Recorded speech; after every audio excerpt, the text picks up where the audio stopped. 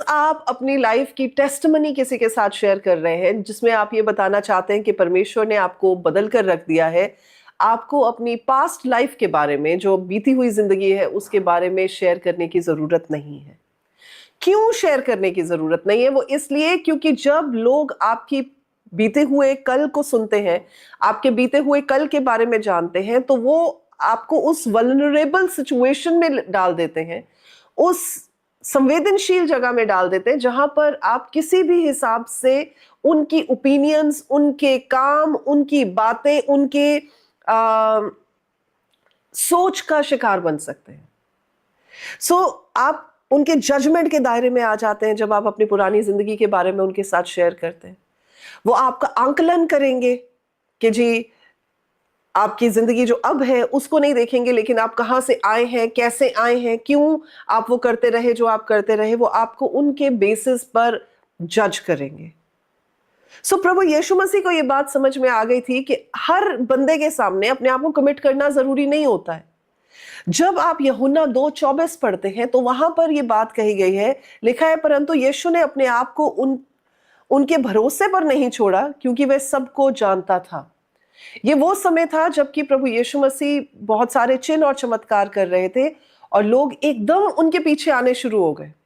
But he did not commit himself to those people. उनके हाथ में नहीं अपने आप को सौंपा क्योंकि प्रभु उनके मन को जानते थे।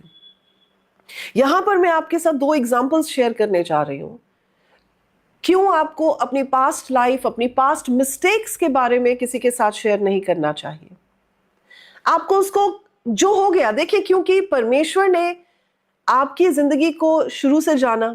आपने जो भी गलतियां की, आपने परमेश्वर से माफी मांगी, परमेश्वर ने आपको माफ कर दिया। अब आपकी गलतियों को परमेश्वर ने अपनी पीठ के पीछे फेंक दिया है। अब प्रभु मुड़कर नहीं उन गलतियों को देखते। प्रभु ने आपकी उस सारी की सारी जो स्लेट है जिस पर वो सारी चीजें लिखी हुई थी, उनको सबको व्हाइट वॉश कर दिया है। तो परमेश्वर बार बार नहीं देखते, अच्छा फलाने टाइम में तुमने ये किया था, अच्छा दोबारा से इसको रिविजिट करते हैं। No, he does not do that. तो परमेश्वर तो नहीं करेंगे, लेकिन जब आप लोगों के साथ इन बातों को शेयर करेंगे तो लोग आपकी पास्ट लाइफ के बेसिस के ऊपर, पास्ट मिस्टेक्स के बेसिस के ऊपर आपके आज को इवैल्यूएट करेंगे, आंकलन करेंगे और आपको छोटा जानेंगे। इसलिए आपको नहीं शेयर करना चाहिए। मैं यहां पर 2 एग्जाम्पल देना चाहूंगी। एक तो है मत्ती रचित सुसमाचार में चैप्टर नंबर 13 में जब आप पढ़ते हैं, और यहां पर आप देखिए 54 वचन में आप देखिए, लिखा है, प्रभु यीशु मसीह अपने नगर में आकर उनके आराधनालयों में उन्हें ऐसा उपदेश देने लगा कि वे चकित होकर कहने लगे, इसको ये ज्ञान और सामर्थ्य के काम कहां से मिले? क्या ये बढ़ई का बेटा नहीं? और क्या इसकी माता का नाम मरियम और इसके भाइयों का नाम याकूब, यूसुफ, शमोन और यहूदा नहीं? और क्या इसके सब बहनें हमारे बीच में नहीं रहती? फिर उसको ये सब कहां से मिला? और लिखा है, इस प्रकार उन्होंने उसके कारण ठोकर खाई, पर यीशु ने उनसे कहा, भविष्यवक्ता को अपने देश और अपने घर में छोड़ कहीं और निरादर नहीं मिलता। यहां पर क्या है? People rejected him. किसके बेसिस पे? On the basis of what he was doing now, जो अब वो कर रहे थे? जी नहीं, on the basis of where he had come from. यानी वो कहां से आए थे, वो उस चीज को देख रहे थे। वो देख रहे थे, हाँ इसे तो हम बचपन से जानते हैं, ये जो आज हमारे सामने प्रचार कर रहे हैं, इनको, इसके बारे में तो हमें पता है, इसकी बहनें हमारे बीच में रहती हैं, इसके भाई हमारे बीच में रहते हैं, ये तो कारपेंटर का बेटा है, तो इतनी अकल की बातें कैसे कर रहा है, इतने साइंस और वंडर्स कैसे हो रहे हैं इसके हाथ से? They could not understand that simple point, क्योंकि वो प्रभु यीशु मसीह के आज को उनके बीते हुए कल के साथ इवैल्यूएट करने की कोशिश कर रहे थे। जब लोगों के सामने आप अपने बीते हुए कल को खोल कर रख देते हैं, तो आज आप क्या कर रहे हैं, किस मुकाम पर पहुंच गए हैं, किस जगह पर है, people would never understand that.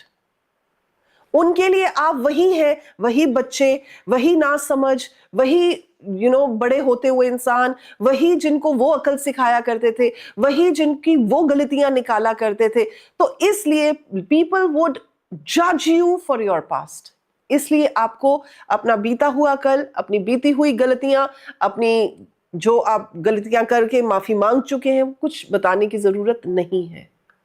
दूसरा एग्जाम्पल, जब आप एक्ट्स ऑफ अपोस्टल्स पढ़ते हैं, प्रेरितों के काम पढ़ते हैं, वहां पर आप देखिए कि जब शाऊल की जिंदगी में इतना बड़ा काम हुआ कि प्रभु ने उसको रूबरू होकर दर्शन दिया और फिर प्रभु ने उससे बातचीत की और फिर प्रभु ने हनन्याह को उसके पास भेजा और उसको बोला कि जाकर उस पर हाथ रख के प्रार्थना कर।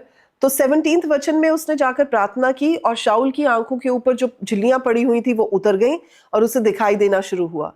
18th में देखिए लिखा है, और तुरंत उसकी आंखों के छिलके आंखों से छिलके से गिरे और वो देखने लगा और उसने उठकर बैप्टिज्म लिया। तो क्या हुआ, फिर भोजन करके बल पाया। अब आगे क्या है, कई दिन उन चेलों के साथ रहा जो दमिश्क में थे और वे तुरंत आराधनालयों में यीशु का प्रचार करने लगा कि परमेश्वर का पुत्र है। और फिर सब सुनने वाले चकित होकर कहने लगे, क्या ये वही इंसान नहीं है जो यरूशलेम में उन्हें जो इस नाम को लेते थे नष्ट करता था, और यहां भी इसीलिए आया है कि उन्हें बांधकर प्रधान याजकों के पास ले जाए। यहां पर क्या हो रहा है, पीपल आर जजिंग शाऊल। अब शाऊल पौलुस बन गया, उनको नहीं समझ में आती ये सिंपल सी बात। बस उन्हें इतना समझ में आता है कि ये वही बंदा है जो उन लोगों पर यातनाएं भेजता था, उन लोगों को टॉर्मेंट करता था, उन लोगों को परसिक्यूट करता था जो इस नाम को, यानी जो प्रभु यीशु मसीह के नाम को लेते थे।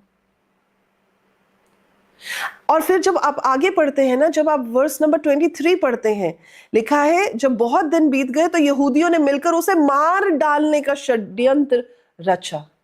They conspired to murder him, to kill him. अब यहां पर आप क्या कहेंगे, और वो भाग लिया, उसके चेलों ने उसको भगा दिया वहां से। अब लोग ये नहीं देख रहे हैं कि वो शाऊल नहीं रह गया, अब वो पौलुस बन गया है, उसका मन बदल गया, उसकी जिंदगी बदल गई है, परमेश्वर का पवित्र आत्मा उसे इस्तेमाल कर रहा है, परमेश्वर के द्वारा वो उस जगह पर खड़ा किया गया है जहां पर वो प्रभु का प्रचार कर रहा है। लोग क्या देख रहे हैं, लोग देख रहे हैं ये वही है ना जो गलत काम किया करता था, ये वही है ना जो सताया करता था, ये वही है ना जिसकी पास्ट हिस्ट्री ऐसी है। इसलिए जब जब आप अपने पास्ट को, जब जब आप अपने बीती हुई गलतियों को दूसरों को बताएंगे, सब इतने इनकरेजिंग नहीं होते, सब इतने अंडरस्टैंडिंग नहीं होते, वो क्या करेंगे, दे विल जज यू फॉर दैट। इसलिए सबसे पहली चीज जो है आपको जो नहीं बतानी है दूसरों को, वो ये है कि अपना बीता हुआ कल, अपनी वो जिंदगी जिसमें से प्रभु ने आपको बाहर निकाला है, उसे आपको शेयर करने की ज्यादा जरूरत नहीं है। अब यहां पर मुझे ये भी जान पड़ता है क्यों पौलुस जो था वो ज्यादा जेंटाइल्स में, नॉन यहूदियों में इतना सक्सेसफुल रहा, क्योंकि यहूदी लोग उसको जज करते थे, नॉन यहूदी उसको जज ही नहीं करते थे। इसीलिए शायद वो उन लोगों के बीच में जब जाकर बात करता था, लोग उसको रिसीव करते थे। They had a receiving heart for him. पर यहूदियों के पास वो दिल ही नहीं था जो उसको रिसीव कर सके, क्योंकि वो उसके पास्ट के ऊपर उसको जज करते रहे। सो सबसे पहली चीज ये है। दूसरी चीज जो आपको दूसरों के साथ शेयर नहीं करनी चाहिए, वो ये है कि जो आप फ्यूचर में प्लान्स बनाते हैं और जो आपके सपने हैं, वो दूसरों के साथ शेयर नहीं करने चाहिए। अब आप ये बोलेंगे कि दूसरों के साथ शेयर नहीं करेंगे तो आइडियाज कहां से मिलेंगे? देखिए, आपके आइडियाज परमेश्वर से आएंगे। आपके प्लान्स, जैसे वचन में लिखा है कि many are the plans in a man's heart. बहुत सारे प्लान्स, इंसान युक्तियां तो बना सकता है, पर उनका पूरा होना यहोवा परमेश्वर ही के हाथ में होता है। सो आप you should have the wisdom, आपके पास वो समझ होनी चाहिए कि जो परमेश्वर ने आपको बताया है, जो परमेश्वर आपको प्लान दे रहे हैं, जो परमेश्वर ने आपके मन में सपना डाला है, वो हर एक के साथ जा जाके ना शेयर करते रहे। मुझे ये सपना दिया, मुझे ये बताया है, मुझे ये है, ये मेरा प्लान है, ये मैं करना चाहता हूं, ऐसे मेरे पास ये चीज का ये हल है, ये चीज। You should never go about telling people, specially in the same field. अगर आप एक ही फील्ड में, एक ही इंडस्ट्री में काम करने वाले लोग हैं, आपके जो कुलीग्स हैं, जो आपको एज कंपटीशन देखते हैं, उनके सामने तो बिल्कुल भी इन चीजों को बताना, इन चीजों को ओपन करना समझदारी नहीं है। आपको सेफगार्ड करना आना चाहिए। मैं पहला उदाहरण यहां पर देना चाहूंगी कि जब प्रभु यीशु मसीह के पैदा होने की खबर दी गई थी मरियम को, उसे एक पैगाम दिया गया था। She was given a message, और उस मैसेज के साथ में, उस प्रॉमिस के साथ में, शी न्यू कि जो प्रॉमिस, जो वचन वो रिसीव कर रही है, उस वचन को इंक्यूबेट करना जरूरी है, उस वचन को समय देना जरूरी है, उस वचन को साइलेंटली रहकर पनपने देने का समय देना जरूरी है। तो वो जा जाकर फ्यूचर प्लान नहीं बता रही थी, हाँ कि मैं जी जो है एक बड़ा काम करने जा रही हूँ, मेरे साथ ऐसा होना चाह रहा है, मैं ये करने जा रही हूँ। She knew and she understood. देखिए, जब आप की जिंदगी में सपने होते हैं जो परमेश्वर देते हैं, ये मैं कहूंगी ऐसे बीज की मानद होते हैं जिनको बड़ा सेफगार्ड करके बड़ा समय देना पड़ता है मैच्योर होने के लिए। अगर आप उसको प्री मैच्योर स्टेज में ही सबको बता देंगे ना, तो कुछ ऐसा होगा जैसे यूसुफ की जिंदगी में हुआ था। परमेश्वर ने एक बार नहीं, 2 बार उसको सपनों में बताया। अपने घर में वो सबसे लाडला रहा, अपने घर में उसके पास वो रेनबो कलर के जो उसके लिए कपड़ा बनाया गया था वो पहनता था, अच्छी जिंदगी जी रहा था, उसके फादर का वो फेवरेट था। लेकिन जैसे ही उसने अपने ड्रीम को बताया, जैसे ही उसने अपने उस फ्यूचर प्लान को बताया कि जी प्रभु मेरे साथ क्या करने जा रहे हैं, मेरे द्वारा क्या करने जा रहे हैं, उसके भाई लोग जेलसी के साथ भर गए। और जेलसी के मारे क्या किया, मारा भी, पीटा भी, बेचा भी, और उसके बाद उसकी जिंदगी सारी अपसाइड डाउन हो गई। सो जब आपके मन में कोई फ्यूचर प्लान्स हैं, जब आपके मन में ड्रीम्स हैं, just commit them to the Lord. बस उन्हें परमेश्वर के चरणों में रख दे और उन पर धीरे धीरे काम करें। आपका रिजल्ट जो है, आपकी जो आपका आउटकम है, वो लोगों के सामने जब उभर कर आएगा, तब that is what makes a difference. आप जा जाकर नहीं बताते कि होने वाला होने वाला होने वाला, अभी हुआ तो नहीं ना। तो आप पहले क्या मतलब नॉट रिक्वायर्ड जो अटेंशन है वो अपनी ओर आकर्षित करते हैं। And there are certain things जो लोग पहले क्या करते हैं, पहले ही श्राप भेजने शुरू हो जाते हैं। कई लोगों को आपने सुना होगा, नहीं नहीं ये तो पॉसिबल ही नहीं है, ये तो हो ही नहीं सकता, ये जो तुम सोच रहे हो ना, ये कभी सक्सेसफुल ही नहीं हुआ कोई बंदा इसमें। तो उन्होंने क्या किया, पहले ही आपके प्रोजेक्ट के ऊपर, आपके ड्रीम के ऊपर एक श्राप छोड़ दिया कि ये चीज इम्पॉसिबल है, ये नहीं हो सकती, तुम फेल हो जाओगे। इसलिए आपको बड़ा केयरफुल रहना पड़ता है कि आप अपने फ्यूचर प्लान्स, आप अपनी ड्रीम्स को किसके साथ शेयर कर रहे हैं। या तो उन लोगों के साथ शेयर करें जिनका सेम ड्रीम है, या उनके साथ शेयर करें जो उसका हिस्सा है, या उनके साथ करें जो आपको उसमें एक्सिलरेट कर सकते हैं, या उनके साथ शेयर करें जो आपके लिए कम से कम प्रार्थना कर सकते हैं और आपके ऊपर ब्लेसिंग्स को जो भेजकर आपके ऊपर ब्लेसिंग्स को रेस्ट अपॉन करवा सकते हैं। Otherwise do not share it with anyone. आपको पता कैसे चलेगा कि कौन बंदा है जिसके साथ आपको शेयर करना चाहिए? जब आप किसी को टेस्ट ऑफ टाइम से निकाल कर लेकर जाते हैं कि एक समय आ गया जी, आपको पता है कि जी ये बंदा मेरे साथ इतने टाइम से है, ये बंदा मेरे दुख सुख में मेरे साथ खड़ा हुआ है, ये मेरा भलाई चाहता है, उसके साथ आप शेयर करें। अगर आपका कोई मेंटोर है, आप उसके साथ शेयर करें।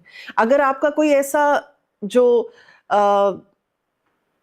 स्पिरिचुअल, आपको स्पिरिचुअली परमेश्वर में गाइड करने वाला बंदा है, उसके साथ शेयर करें, बट नॉट विद एवरीवन।